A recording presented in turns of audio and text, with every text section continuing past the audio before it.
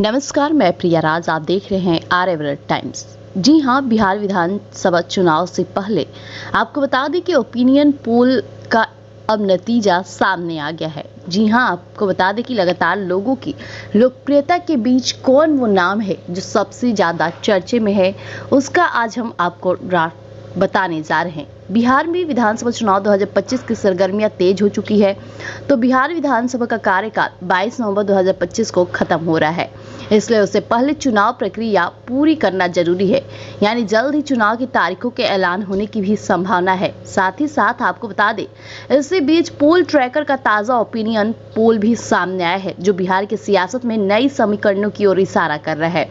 इस सर्वे में वोट प्रतिशत, सीटों का अनुमान और नेताओं की लोकप्रियता का खुलासा हुआ है। पोल ट्रैकर के ओपिनियन पोल के मुताबिक बिहार में वोटरों का रुझान रोचक तस्वीर पेश कर रहा है। सर्वे में इंडिया गठबंधन, आरजेडी, कांग्रेस और अन्य सहयोगी को 44.2% वोट मिलने का अनुमान है, जो राष्ट्रीय जनतांत्रिक गठबंधन यानी एनडीए से थोड़ा आगे है। एनडीए, जिसमें बीजेपी, जदयू, चिराग पासवान की एलजेपी और उपेंद्र कुशवाहा की पार्टी शामिल है, को 42.8% वोट मिलने की संभावना जताई गई है। तो वहीं प्रशांत किशोर की जनसुराज पार्टी को 2.7% और अन्य छोटे दलों को 10.3% वोट मिल सकते हैं।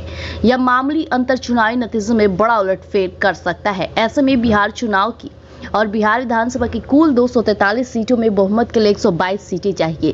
पोल ट्रैकर के नतीजे और ताजा ओपिनियन पोल के अनुसार इंडिया गठबंधन को 126 सीटें मिल सकती है, जो बहुमत के आंकड़े से ज्यादा है। तो वहीं एनडीए को 112 सीटें, यानी कि जनसुराज को 1 और अन्य दलों को 8 सीटें मिलने का अनुमान है। इससे पहले 8 जून को हुए पोल ट्रैकर के सर्वे में इंडिया गठबंधन को 121 से 131 सीटें और एनडीए को 108 से 115 सीटें मिलने की बात कही गई थी।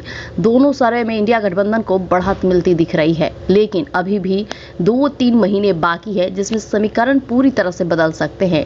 साथ ही साथ आपको बता दें, पोल ट्रैकर के ओपिनियन पोल में बिहार के अगले मुख्यमंत्री के लिए जनता की पसंद भी सामने आई है। आरजेडी नेता तेजस्वी यादव 43% लोगों की पहली पसंद बनकर उभर रहे हैं, लेकिन मौजूदा सीएम नीतीश कुमार को 31% लोग ही दोबारा सीएम के तौर पर देखना चाहे, तो जनसुराज के प्रशांत किशोर को 9% लोग पसंद बता रहे हैं। उन्हें बिहार की सियासत में अपनी जगह बनाने के लिए अभी और मेहनत करनी होगी। साथ ही लोगों ने अन्य को भी 17% वोट दिया है, जिससे ये कहा जा सकता है कि कुछ लोग नया चेहरा भी चाहते हैं। तेजस्वी की बढ़ती लोकप्रियता और खासकर युवाओं के बीच विपक्ष के लिए मजबूत संदेश है।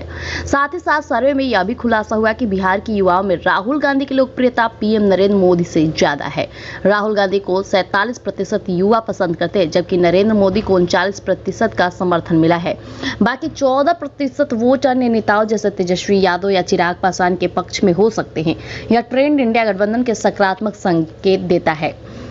2020 के बिहार विधानसभा चुनाव में एनडीए ने 125 सीटें जीतकर सरकार बनाई थी और बीजेपी ने 110 सीटों पर चुनाव लड़ा और 74 सीटें जीती, जबकि जेडीयू ने 115 सीटों पर लड़कर 43 सीटें हासिल की। वहीं हम को 4 और विकासशील इंसान पार्टी यानी वीआईपी को 4 सीटें मिली थी। दूसरी ओर महागठबंधन आरजेडी ने 144 सीटों पर चुनाव लड़कर 75 सीटें जीती, तो कांग्रेस ने 70 सीटों पर 19 सीटें हासिल की और वाम दलों ने 16 सीटें जीती। इस बार वीआईपी महागठबंधन के साथ है, जो समीकरण को और रोचक बना सकता है। तो देखना होगा कि आगे क्या कुछ बदलाव होता है, लेकिन ऐसी अपडेट के लिए हमारे साथ बने रहिएगा आर्यव्रत टाइम्स पर। धन्यवाद।